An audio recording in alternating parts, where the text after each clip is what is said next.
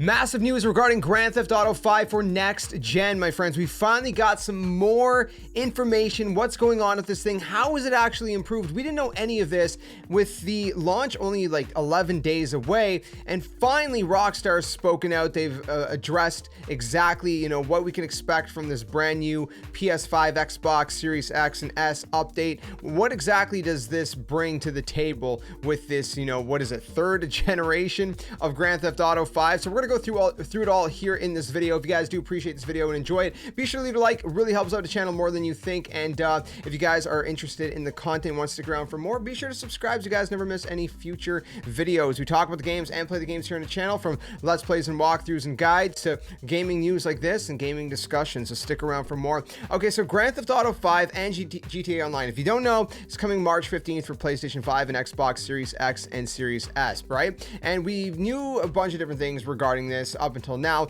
but there's a bunch of stuff that we didn't know. And so we got some more details regarding exactly what we can expect. And this is from everything from the resolution, right? 4K resolution, 60 FPS, the different modes we're going to have, right? Obviously you're going to have like performance mode. There's actually going to be 3 different modes. So we're going to go into nitty gritty. Obviously this, the normal stuff that we can expect is like faster loading times with the power of the SSD on both consoles and everything is like that. And obviously, immersive 3D audio and support for platform specific features such as on PS5, with the DualSense controller having adaptive triggers and haptic feedback and all that good stuff. So we're going to go through it bit by bit, and let's just jump straight into it. So regarding the 3 different modes, you have Fidelity mode, which is tuned for the highest visual quality and targets 30 FPS. In this mode, the PlayStation 5 and Xbox Series X support native 4K resolution with ray tracing enabled with the Xbox Series S supports upscaled 4K resolution. So it's going to be native on Xbox Series X, but only upscaled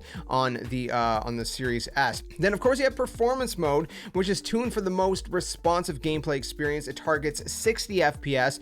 In this mode, the PlayStation 5 and Xbox Series X supports upscaled 4K resolution. So it's not going to be native, but if you don't really care about that anyways, the 60 FPS is going to be obviously a lot nicer than 30 FPS. I think upscaled 4K at 60 is better than native 4K at 30. At least you're getting it upscaled, which is still better than nothing, right? And then of course the Xbox Series S will only support a resolution of 1080p in this mode. And then in addition, PlayStation 5 and Xbox Series X will actually also have an additional mode called performance ray tracing mode, which is a hybrid of the fidelity and performance mode. So it's going to be upscaled 4K, it's going to have ray tracing enabled, and it's going to target 60 FPS. So I don't know what the difference is here. So, some people might say, well, hey, performance ray tracing mode sounds like it's better than the, the performance mode. Why would I not go with performance ray tracing mode if we're getting the ray tracing on top of that? I mean, we're still getting upscaled 4K and we're still getting 60 FPS. So what's the difference? Well,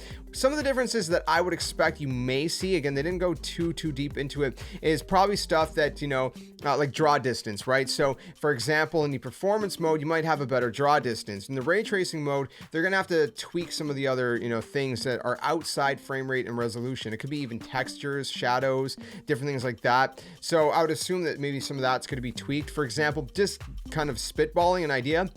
In performance mode, textures and shadows might be on, ultra, for example, if it was on PC. But with the ray tracing on, those settings might be either on high or on medium, right? It might be dumbed down. So that's just kind of what I'm thinking was probably going to go on behind the curtains, if you will, with that.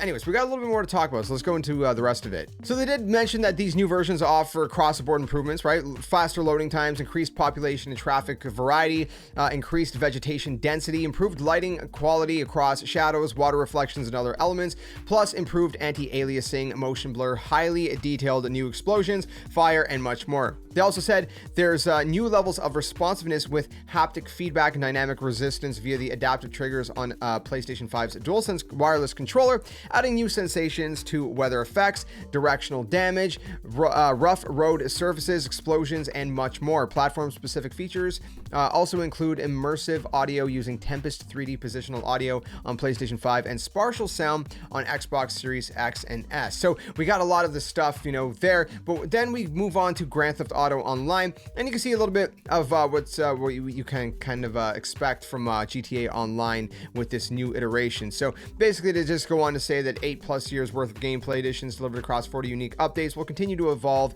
with the power of PlayStation 5 and Xbox Series X and S. The new generation includes a range of new vehicles and a new addition to the Los Santos car meet, Heo's Special Works, which encompasses best-in-class vehicle upgrades. They go on to basically talk about, you know, vehicle upgrades and racing and different things like that, trials, whatever. And then they said, in addition, being included as part of GTA 5, GTA Online will also be available for the first time as a standalone title for PlayStation 5 and Xbox Series X and S. So if you just want to basically play GTA Online, you don't really care for the, you know, normal GTA 5 experience, then you can just get that as a standalone. They said GTA Online will be available to download and keep for free for PlayStation 5 players for the first 3 months from launch. So make sure sometime between March 15th, what's it going to be? March, April, May, June. So I guess before June 15th, typically, ideally, I think it would be, or would it be July? Anyways, somewhere in that time frame. 3 months from March 15th, you got to make sure to claim it on PlayStation 5. That is exclusive to PlayStation users. So unfortunately for everybody who is, you know, maybe on other platforms like Xbox, right? So beyond that, they just basically said that GTA Online for PlayStation 5 and Xbox Series X and S has an assortment of new quality of life improvements, including a newly designed introduction and tutorial for new players, a new front-end main menu that allows you to jump directly into free mode, heist, races, adversary modes, the latest featured weekly event content, and more. And then we get into story stuff. So pretty interesting stuff going on with the story stuff. So they go on to say for PS4 and Xbox One players, they will be able to transfer both their GTA 5 story mode progress and their current GTA Online characters and progression to PS5 and Xbox Series X or S or across console platforms with a one-time migration for each. Starting today, players can begin transferring their story mode progress by uploading a save to the Rockstar Games social club. So to begin this process, you have to enter GTA 5 on your current console account, go to the game tab of the pause menu. From there, select the upload save game option. Please note they said that you can only store one game save per platform and that at a time, and that saves will remain available to download for 90 days. So you have 90 days from uploading it to, you know, download it to the new versions. And then they said players with a Rockstar Games social club account will also be able to migrate their GTA Online character progress to PS5 or Xbox Series X and S on March 15th upon loading up the game on either of these new consoles. The migration includes any characters, GTA dollars, progression, stats, vehicles, properties, weapons, clothing, and player created jobs.